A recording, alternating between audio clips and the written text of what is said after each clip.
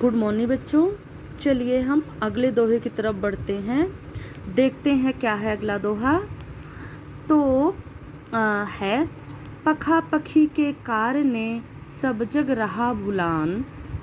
पखा पखी के कारणे सब जग रहा भुलान। और निरपक होई के हरि भजे सोई संत सुजान। पखा पखी अर्थात पक्ष विपक्ष, कारणे कारण, जग संसार, भुलान भूल गया, निरपक्ष निरपेक्ष भाव से निष्पक्ष भाव से, सोई वही, सुजान सज्जन। कबीरदास जी यहाँ पर कह रहे हैं कि जो संसार के मनुष्य हैं, सभी मनुष्यों ने अपने आप को पक्ष विपक्ष में बांट लिया है। पखापखी के कारणे इन्होंने अपने आप को पक्ष विपक्ष में बांट लिया है और प्रत्येक पक्ष वाला, प्रत्येक मत वाला अपने मत को श्रेष्ठ और दूसरे के मत को निम्न बताना चाहता है, निम्न ठहराना चाहता है। और सब जग रहा भुलान, और इसी में सारा जग भ्रमित हुआ है।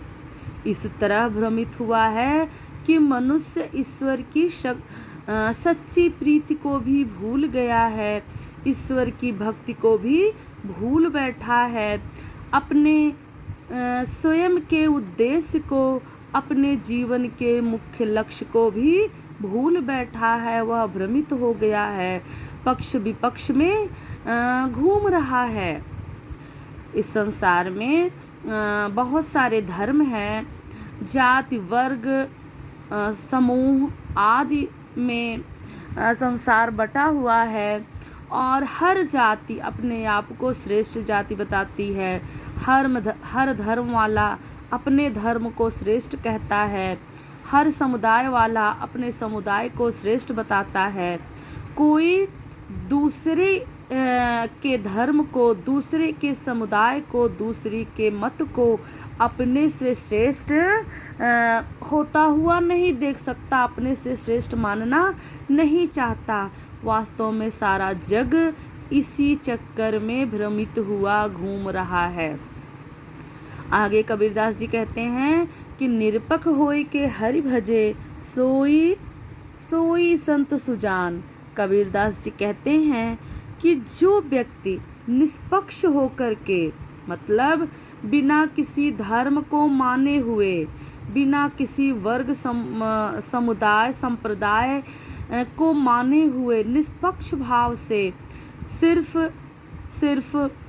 ईश्वर की भक्ति करता है, वह केवल मात्र भगवान का भजन करता है, एक निष्ठ होकर निरपेक्ष भाव से ईश्वर को पूजता है, वास्तव में वही सज्जन व्यक्ति है, वही ज्ञानी है। बच्चों, इसका काव्य सौंदर्य आप खुद ढूंढिएगा। भाषा देखिए वही है, छंद भी वही है और रस भी वही है, शांत रस। चलिए मैं रस बता देती हूँ। अलंकार आप इस दोहे में ढूंढने का प्रयास करिएगा। अगर आपको नहीं समझ में आएगा तो मैं आपको बता दूंगी। चलिए आगे बढ़ते हैं अगले दोहे की तरफ। क्या है अगला दोहा।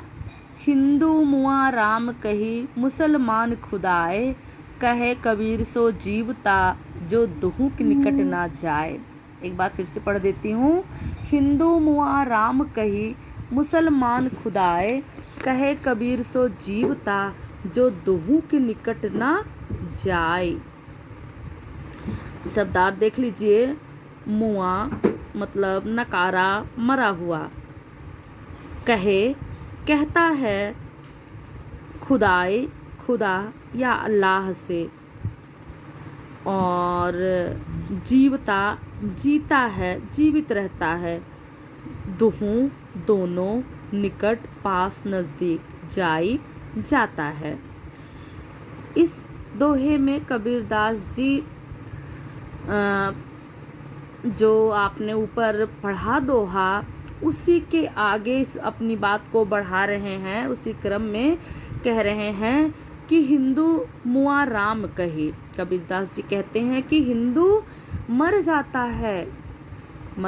है राम राम कहते हुए। हिंदू राम राम कहता है, वह राम को पूजता है, राम का भक्त है, और राम राम कहते हुए राम के लिए अर्थात हिंदू अपने धर्म के लिए लड़ते हुए मृत्यु को प्राप्त हो जाता है। और मुसलमान मुसलमान खुदा खुदा कहते हुए, खुदा के लिए लड़ते हुए एक दिन इस आसार संसार को छोड़कर चला जाता है। लेकिन वास्तव में न हिंदू ईश्वर को पाता है, न मुसलमान ईश्वर को पाता है। तो कौन पाता है?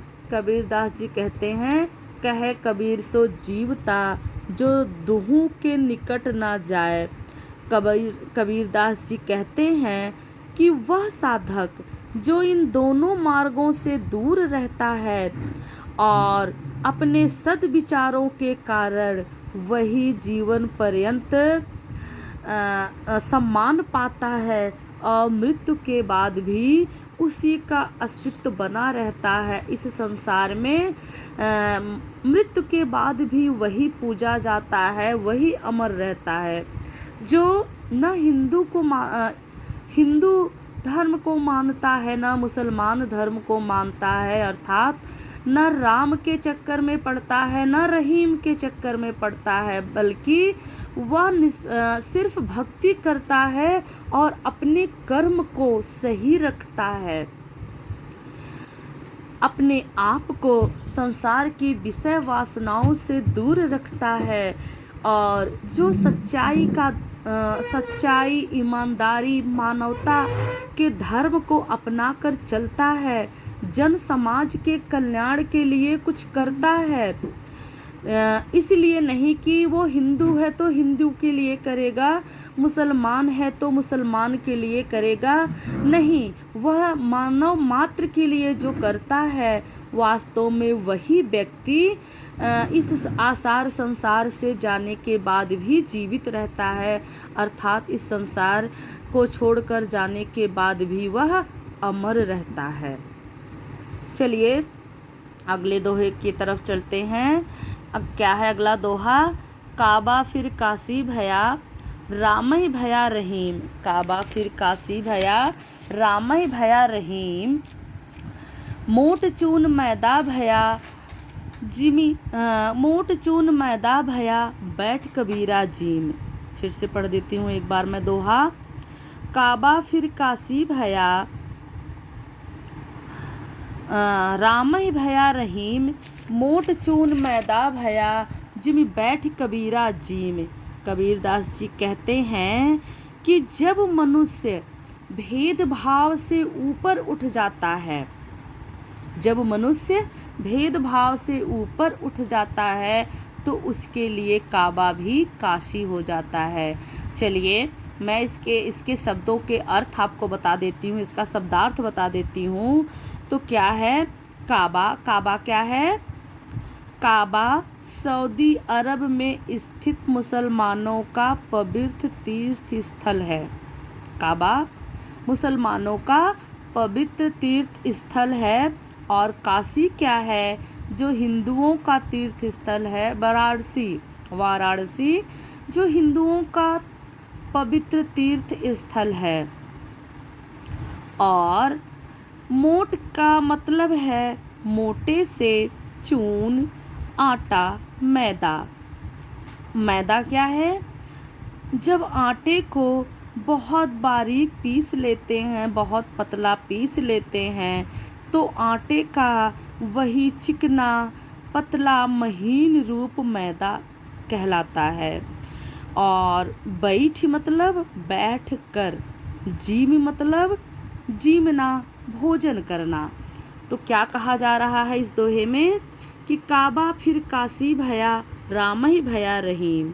कबीरदास जी कहते हैं कि मनुष्य जब अपने धर्म के भेदभाव से ऊपर उठ जाता है मतलब मानवता का विकास हो जाता है, उसके व्यक्तित्व का, उसके चरित्र का विकास हो जाता है।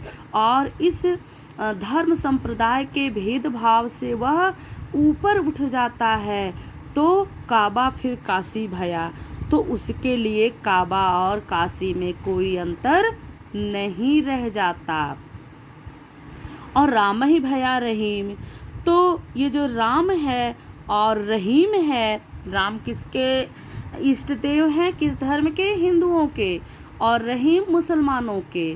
तो जब व्यक्ति इस धर्म से ऊपर उठ जाता है तो ये जो राम रहीम का अंतर है वह भी समाप्त हो जाता है, अर्थात व्यक्ति राम और रहीम को एक मानने लगता है।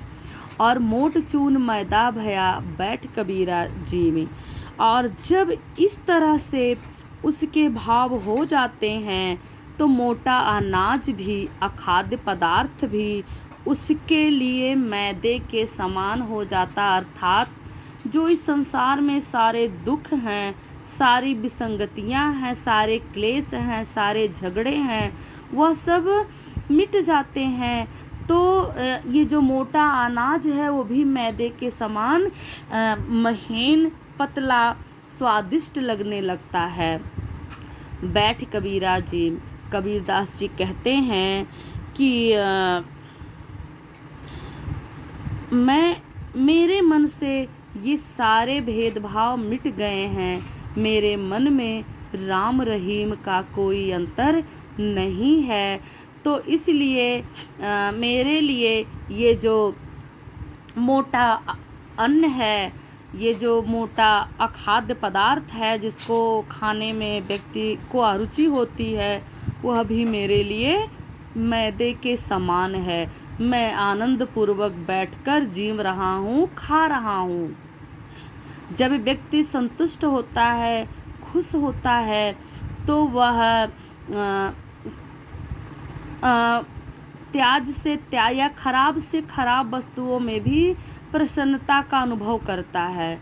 लेकिन जब व्यक्ति मन से अप्रसन्न होता है तो उसे सारी चीज़ें, अच्छी वस्तु भी बुरी लगती है। तो कबीरदास जी यहाँ इसी बात को कहना चाहते हैं कि वास्तव में बुराई कहाँ है? बुराई संसार में नहीं, बुराई हमारे मन के अंदर है। जब हमारे मन के अंदर से ये सारे द्वेष मिट जाते हैं तो हमारे लिए काबा भी काशी हो जाता है, काशी भी काबा हो जाता है, और राम भी रहीम हो जाते हैं, अर्थात राम और रहीम का भी अंतर समाप्त हो जाता है। तो ये जो मैदा और मोटा और पतला अन्न का जो ये भेद है, ऊंच नीच, अमीर गरीब आदि का जो भेदभाव है, ये भी हमारे अंदर से मिट जाता है। तो चहुओर आनंद ही आनंद फैल जाता है, चहुओर आनंद ही आनंद बिखर जाता है। कबीरदास जी कहते हैं कि मेरे मन में ये अंतर समाप्त हो चुका है, तो इसीलिए मैं आराम से बैठकर जीम रहा हूँ, अर्थात मैं प्रसन्नता पूर्वक इस स्थिति का आनंद उठा रहा हूँ, अर्थात ईश्वर की भक्ति का परम आनंद प्राप्त कर रहा